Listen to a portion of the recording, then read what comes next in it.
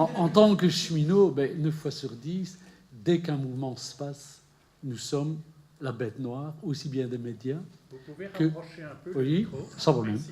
Je veux dire, en tant que cheminot, dès qu'un mouvement social démarre dans la corporation, nous sommes tout de suite ciblés par la presse et forcément par les usagers.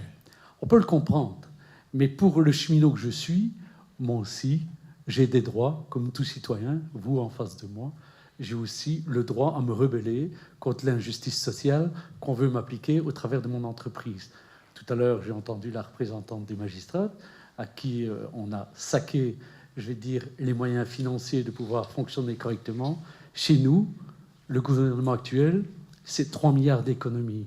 Mais comme l'a dit tout à l'heure Vaillant, elles ne viennent pas que du gouvernement actuel. Avant le gouvernement actuel, il y a eu une autre coalition où ils avaient déjà pris des mesures d'économie au sein de la SNCB. La SNCB, c'était 68 000 personnes en 78.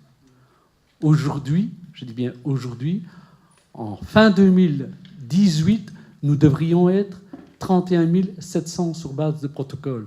2016, le chiffre est déjà atteint.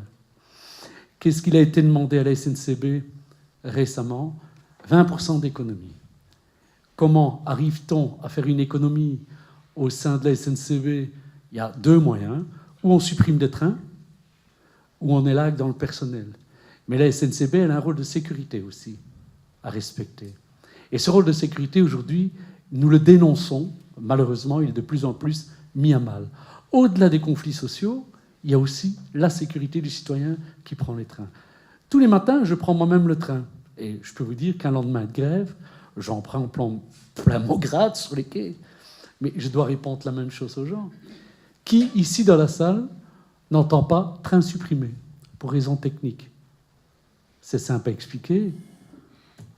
On ne trouve pas les conducteurs pour pouvoir assurer la charge de travail. Pourquoi? Avant, il y avait une attractivité, et vous allez dire peut-être privilège. On acceptait de gagner moins en entrant, mais avec des conditions de départ plus tard et un salaire différé.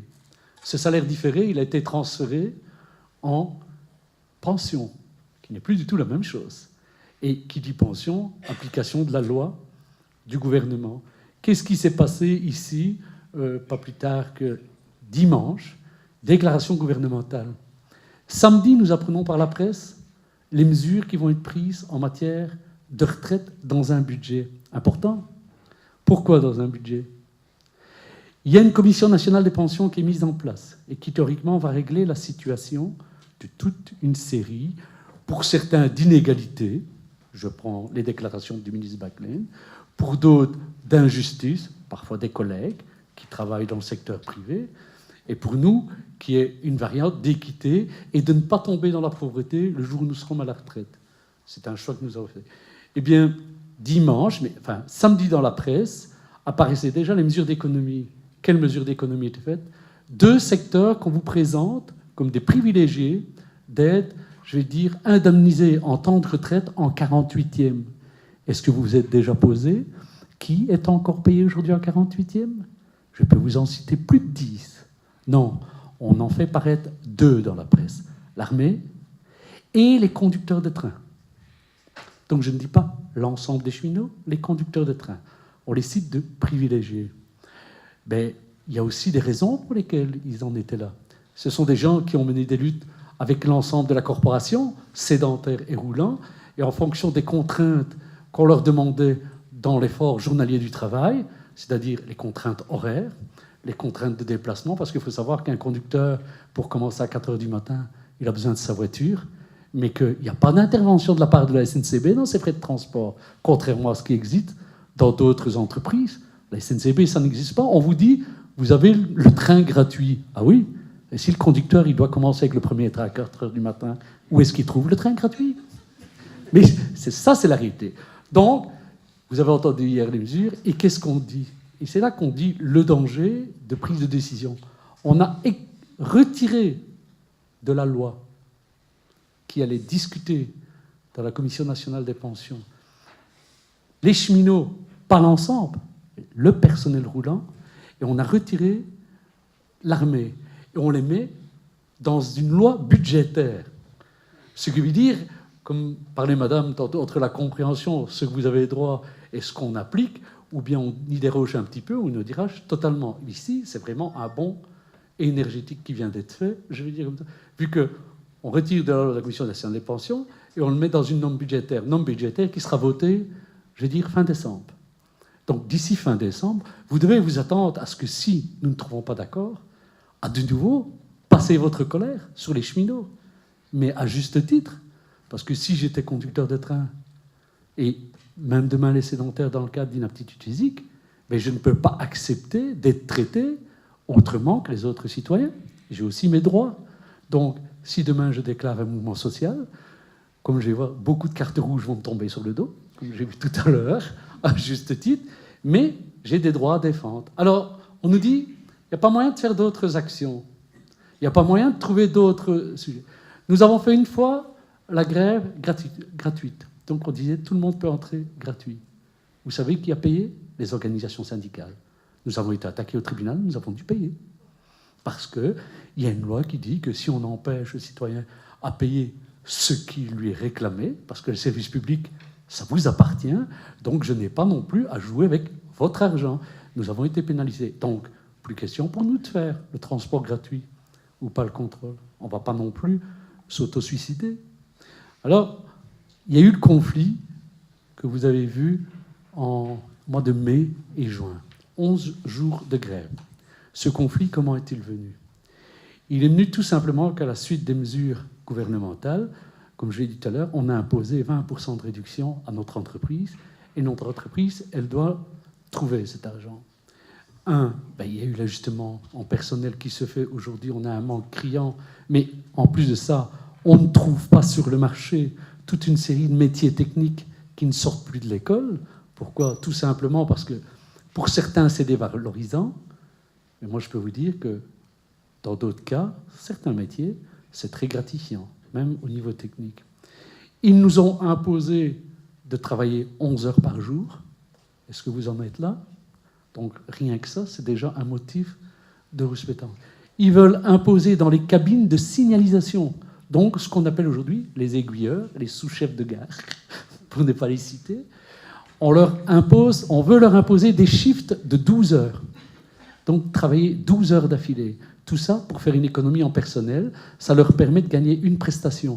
Vous travaillez 12 heures, une autre personne travaille 12 heures, au lieu d'en mettre une troisième. Mais il faut savoir que pour travailler sur 3 prestations, il faut 5 personnes. Parce que quand un récupère, il y a un autre qui doit travailler, forcément. Il y a aussi le repos dominical. Et il y a le repos obligatoire. Lorsque vous avez travaillé plus de 40 heures sur votre semaine, vous avez droit à un repos. Donc, on peut travailler maximum 6 jours d'affilée. Un conducteur peut aller jusqu'à 7. Après, on doit absolument lui donner un jour. Eh bien, aujourd'hui, il y a des gens qui travaillent 14 jours d'affilée. Il y a des gens qui font des prestations de 16 heures. Il y a un retard du jour de congé incroyable. Eh bien, c'est ce qui a déclenché le mouvement, le ras-le-bol, au niveau de la SNCB au mois de mai. Mais tout particulièrement, pourquoi? Parce qu'au-delà de ces mesures, on vous a raconté dans la presse que même que lorsque nous étions en congé, on générait des heures supplémentaires. Vous l'avez vu écrit, c'est écrit en grand. On ne comprend pas comment on donne des heures supplémentaires aux cheminots quand ils sont en congé. Moi, je travaille 40 heures semaine et mon régime est de 36. Donc forcément, j'ai 4 heures à récupérer toutes les semaines. Ces 4 heures, elles me génèrent forcément un jour, je vais dire quasi toutes les 2 semaines. Mais je ne génère pas. Quand je suis en congé, je ne les génère pas. Quand je suis en récupération, mon jour, il vaut 8 heures, il ne vaut pas 7h36. Pourquoi vaudrait-il moins quand je suis en congé que quand je travaille? Une prestation, c'est une prestation. Donc, ça a été... Et le dernier motif qui a vraiment fait sauter la barre, c'est la suppression des jours fériés extra-légaux. La SNCB a voulu imposer à l'ensemble de son personnel la suppression des 4 jours fériés extra-légaux. Donc je ne parle pas ceux instaurés par la loi qui sont fixes pour tout le monde, mais chacun d'entre vous dans vos sociétés, vous avez des jours de congés extra-légaux. Je prends la fête de la communauté française, je prends la fête de la région wallonne ou de la région flamande. Cheminot, ça n'existe pas, cette fête-là, parce que nous sommes encore une société nationale, donc c'est toujours le 11 novembre, 15 novembre. Pour les autres, c'est plus fête de roi, donc on n'a plus... Mais Voilà, ce sont tous des facteurs. Autre mesure qu'ils ont prise, c'était de dire, vous travaillez le dimanche, mais vous ne pouvez plus récupérer. Vous êtes payé. Forcément, ils ne savent déjà pas aujourd'hui donner les jours. Mais ils ont besoin de personnel. Donc, on vous fait travailler le dimanche, mais vous n'avez plus la compensation en temps. Vous l'aurez financier. Le financier, ça se débat. Quand j'étais jeune, j'avais aussi besoin de financier. Donc, j'ai accepté de faire des heures. J'ai accepté de travailler le dimanche. Mais je savais que j'avais le choix où j'étais payé, où je récupérais. À un moment donné dans ma vie, j'ai décidé de ne plus être payé parce que je trouvais plus gratifiant de récupérer. Aujourd'hui, il dit, tu ne peux plus récupérer, on va te le payer d'office. C'est ce qui a amené le conflit. Et quel en fut le résultat? Le résultat, au final, c'est qu'on est actuellement resté aux 8 heures. On est resté aujourd'hui, pour les conducteurs, à 8 heures qui peuvent aller jusqu'à 9. Pour le personnel sédentaire, on a maintenu nos prestations avec toujours les 40 heures par semaine, mais toujours la récupération. La seule chose que nous avons perdue, on a perdu 2 jours extra-légaux sur les 4. Et ça, c'est la concession que nous avons dû faire au détriment de nos affiliés qui, aujourd'hui, nous les reprochent encore. Parce qu'il faut savoir que dans la négociation, ce n'est pas toujours facile. On doit aussi prendre la tangente parfois, et parfois, il faut concéder parce qu'on doit savoir aussi dans quel milieu on travaille et à quel moment on doit concéder. Je dis bien on doit, pas qu'on veut. On doit, parce qu'on sait qu'on va droit dans le mur, des deux côtés. Donc, aujourd'hui, les mesures qu'on impose à ma société, eh bien, je vais pas dire j'en bénéficie, parce que alors là, mes collègues me tueraient, mais j'en subis les conséquences dans ma vie de tous les jours. Mais par les prestations qu'ils veulent nous imposer, j'en subis aussi les conséquences dans ma vie familiale. Ça, il y a très peu de personnes qui, parfois, le comprennent. Et on ne va pas parler que des conducteurs. Le personnel sédentaire, aujourd'hui, doit faire des semaines de 6, parfois 7 jours. Il est régulier, aujourd'hui, qu'on demande au personnel de prester 2 heures par jour en plus, comme le prévoit notre réglementation. Alors, ce que nous venons de combattre en interne de la SNCB, et moi je dis que ce n'est pas une victoire, j'ai perdu certains acquis, eh bien, ce que j'ai pu préserver dans le dernier combat, je suis aujourd'hui rattrapé par une nouvelle loi qui s'appelle la loi Peters. Loi Peters qui va imposer certaines mesures dans le monde du travail sur ce qu'on appelle l'amplitude des prestations. Aujourd'hui, dans le secteur automobile, il existe une loi qui est très difficile à prononcer, c'est le minus modus cantus, c'est-à-dire qu'on calcule les heures prestées sur 6 années. Et c'est au bout de la 6e année qu'on doit atteindre la moyenne de 40 heures semaine. Pourquoi on l'avait accepté, je vais dire les métallos à l'époque, tout simplement parce que dans la logique, c'est venu lorsqu'on a fermé VO et Forêt et qu'on a créé Audi, c'est venu sur le principe qu'un modèle automobile, il lui fallait 6 ans pour qu'il soit passé. Donc pendant les 6 années, on le produit, 6 ans après, on revoit un autre. Et donc, on adapte la journée de travail en fonction de cette loi. Aujourd'hui, le ministre Peters veut généraliser cette loi. Alors, il donne jusqu'au 31 décembre aux entreprises pour trouver un accord. Après le 31 décembre, il veut l'imposer à l'ensemble des entreprises, y compris dans le secteur public. Donc, ce que nous nous sommes battus, je vais dire, il y a 3 mois, on se fait rattraper maintenant par une nouvelle loi qu'on va vouloir imposer à tout le monde.